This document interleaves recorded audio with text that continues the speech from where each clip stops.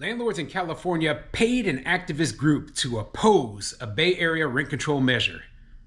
I'm Tony, and this is Real Estate Investing and Landlord News.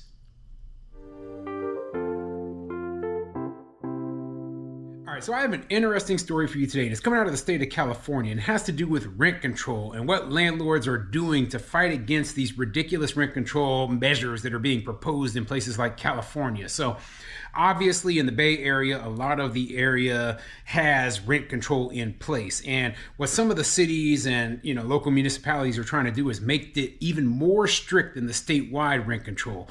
And so they will pass little measures and things that really restrict how much a landlord can raise the rent. Now they say, oh, this is what's going to make housing affordable, but it actually has the opposite effect, because those properties that are not under rent control, their rents, they skyrocket, okay? It also greatly diminishes the supply, and it makes it so landlords cannot afford to pay for repairs, maintenance, upgrades, anything. So overall, rent control is hurting the area. Rather than letting the market dictate how much the rents are going to be, they think that some person somewhere or some number that they come up with off the top of their head should be the limit. And that's absolutely idiotic. So what landlords did was, hey, they paid an activist group to come in here and hold signs and, hey, we do not want rent control. Okay, they shouldn't have had to, in my opinion. There should be enough people around to protest it and, that just don't want this sort of ridiculous socialist system. But if that's what they felt they had to do, I'm all for it, okay? It's their money. They can do whatever they want. Now, is it being honest? I don't know. I've heard of other paid protesters for different sides of the political aisle, but this isn't a political issue. This is an issue of socialism slowly creeping in and destroying the free markets. And that should be 100% illegal. So before I get into the article, go ahead, hit the like, subscribe button, maybe leave a comment down below. Let me know what you think. So do you think that it's okay that these landlords paid activists in order to oppose a rent control measure? Now, I'm 100% opposed to rent control. And I would do anything to make sure that it doesn't pass, but they're already under rent control. They were just trying to keep it from being made more strict than it already is. So what do you think? Go ahead and put a comment down below. I'm going to get into this article and tell you exactly what it says. This article is coming from mercurynews.com, and it says, landlord group pays activists to oppose a Bay Area rent control measure. Let's get into it. Facing pressure from tenant advocates, landlords, and frustrated residents, the Concord City Council in May approved amendments to a hotly debated rent control ordinance that increased the annual cap on rent increases to 5%, one of the most restrictive in the Bay Area. But dozens of the supposed activists who turned up in repeal rent control shirts have been paid $250 to attend the council meeting and speak in support of rolling back tenant protections, says Shamel Salahuddin, CEO of a public relations company that organized the stunt. Some of the people paid to attend the March 25th Concord City Council meeting to support loosening Concord's rent control ordinance held signs with contact information for the California Apartment Association. The association did not answer a reporter's question about whether or not it hired the firm that paid the activists. And then they have a picture here of, it looks like one of the signs that they held, and I'll throw that up on the screen so that you can see it. But it says, thank you for joining the fight tonight. Make sure you're on the Concord email list. Send me your email address at rantonio@caanet.org or text me, and then it has his phone number or whatever, right? To me, it would seem as though the California Apartment Association was the one behind paying the activists to come in and oppose the measure, but I don't know. It could be this individual whose email address is listed here who decided to pay these people. But whatever the case is, when it comes to rent control, right? Rent control measures in particular are the most devastating thing that you can do to these businesses. And they do not leave any leeway. Maybe you don't see any problems right now, but we're not talking about right now. Let's talk about 20 years down the line. Are these businesses going to be able to maintain themselves and the people able to make a profit for the next 20 years. Now, I know what these morons think. They think that, oh, well, when you sell it, the property will be worth more. I'm like, yeah, but I can't ever make it to be, to the point where I sell it because I went bankrupt way before that, okay? The bank foreclosed the property way before that.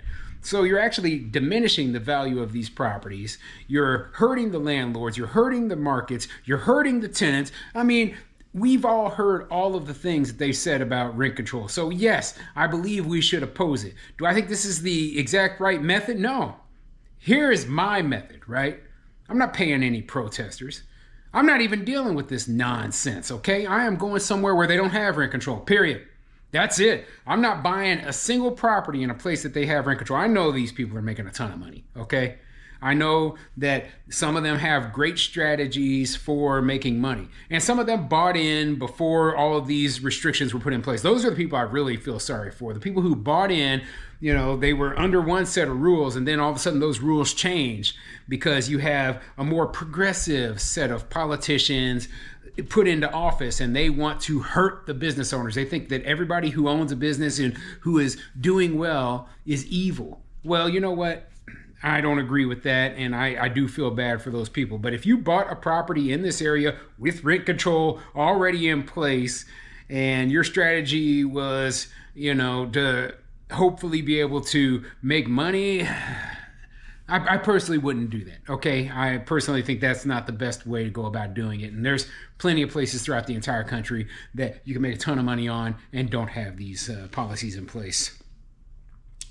If you're asking if I pay activists, I do, Salahuddin said. That's the business that I'm in. The paid activists were handed signs that read, "Concord rent control is unsustainable," and stamped with the contact information for the California Apartment Association, a landlord industry group leading the fight against Concord's rent control ordinance. Salahuddin said the California Apartment Association did not hire her company, Sunshine State, but she declined to say who did.